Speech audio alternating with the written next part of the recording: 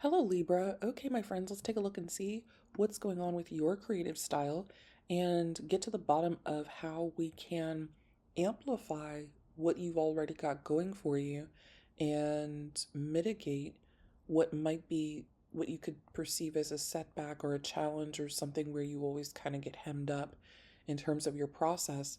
We'll get to the bottom of that and see if we can't mitigate that together. And then we'll pull a Story World Oracle card for you all to inspire you to keep it moving. Okay? So, Libra, you are a cardinal sign. You're an air sign, and you are governed by Venus, just like Taurus, which is the Roman god of love.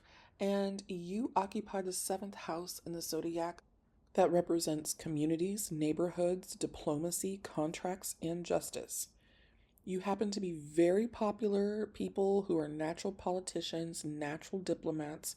You tend to be trendsetters and social butterflies who thrive when you can pollinate in the garden of life. That said, you are the only sign that has, instead of a person or an animal to represent your icon or your directive, you have a set of scales, right?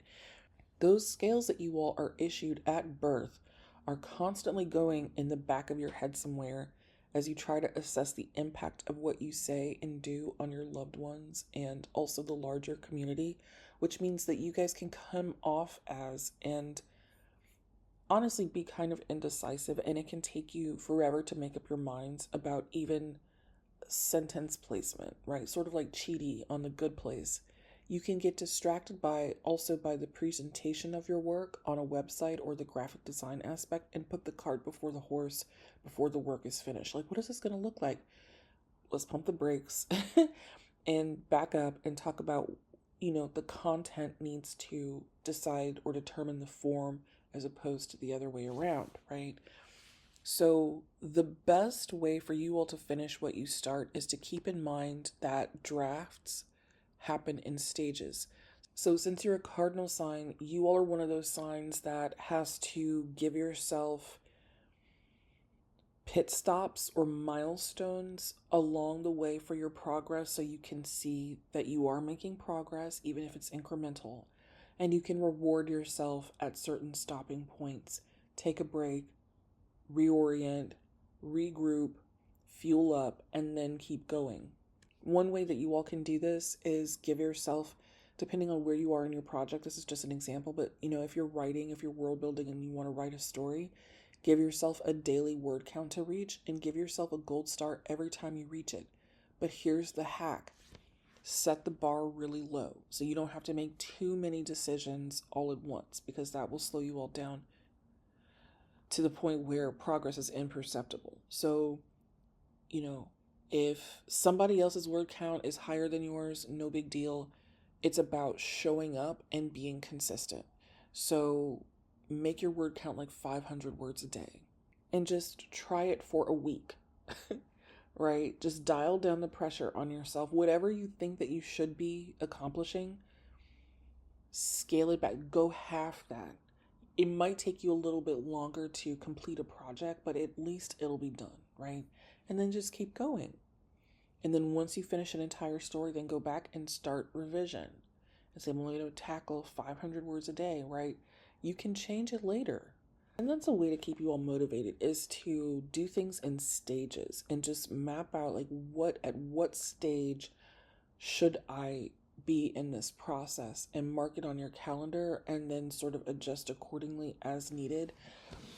As a former college professor, and I have a lot of Libra in my chart actually, and I'm a cusper, I know that I used to drive my students crazy, definitely early on when I was teaching, because what would happen is that I would have the syllabus all ready to go and lesson plans all ready to go, but about 6 weeks into the semester, I would realize that my students were not, there was a concept that we needed to either revisit or spend more time with.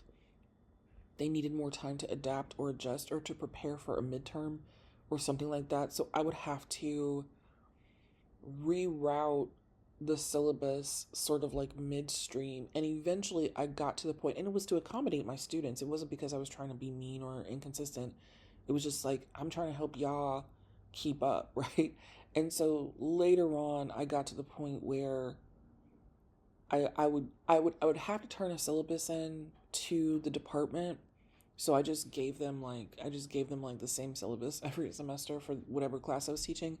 But when I came to my students, I would say, okay, this is the game plan.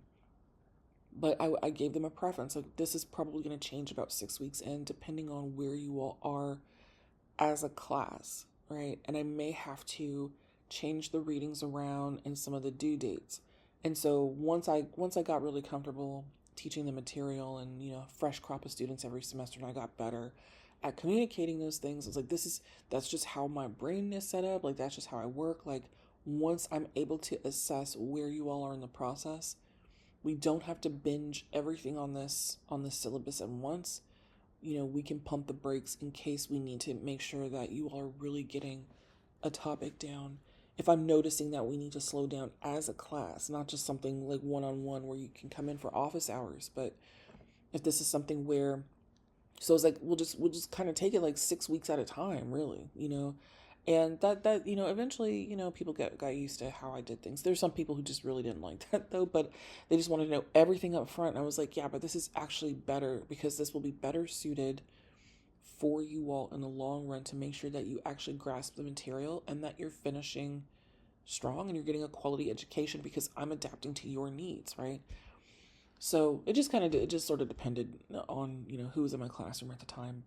So that's what I mean. Like, just set a, that's a good example of just setting a low threshold entry risk to do something. You will get more accomplished when you scaffold your work that way, as opposed to looking at these huge numbers and these huge accomplishments and these huge achievements.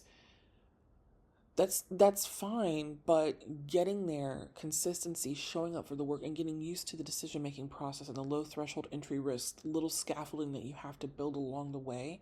You will need to have muscle memory for that, and that just takes practice, right? Okay, so just keep showing up for the work. And even if it gets monotonous, if you're hardwired to continue to show up for the work, eventually the work will get done. Then you can have some fun. Like, okay, what is this going to look like? What's it going to look like on the website? How do I present it on social media? And that kind of thing. So it's really important for cardinal signs to set up milestones of achievement so they don't get dejected or pissed off at themselves that it's not moving fast enough or it's not heading in the direction that they would like. Incremental stopping points to keep you motivated. Okay. All right. So your Story World Oracle card, you got the Mage, a chance to recruit a secretive mystic who sells their magic to the highest bidder. So there's nothing wrong with going to consult someone, Libra, if you're in the weeds. Um, I still have to workshop. I still like a buddy. And even though it's fine to talk to AI on occasion, you know, I like to have a flesh and blood human being because my target audience is not AI, it's flesh and blood human beings. So while I'm tinkering with the order of stuff and like, oh, I don't know, should this come first? Should this section come first or this section come first? In terms of organization, that's typically what I rely on AI for, like Claude. I really like Claude because Claude helps me with organizing a story because there's so many ways into a story.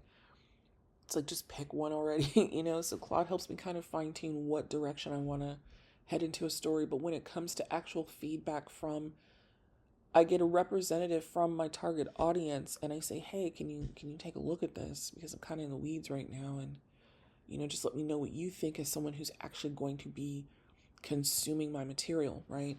So, in Yuel's case, it would be good not to just get a sample from your target audience, but a mentor, somebody who has been where you are before and can model to you good habits and good techniques, and to help coach you through those moments where you might be kind of like stuck in the decision making mode and you're sort of like short circuiting a little bit, um, glitching a little bit. Like, I don't really know. I could go either way. It's okay to call in backup, and you don't have to have it all figured out by yourself. Call in an expert and say, hey, uh, can I take you to lunch? Can you take a look at what I'm working on right now and just help me figure out where such and such should go. I just need a second set of eyes for like an hour. And usually people will be willing to do that, especially if there's free food involved, okay? All right, Libra, I hope you all found this useful, and I'll speak to you again soon. Peace.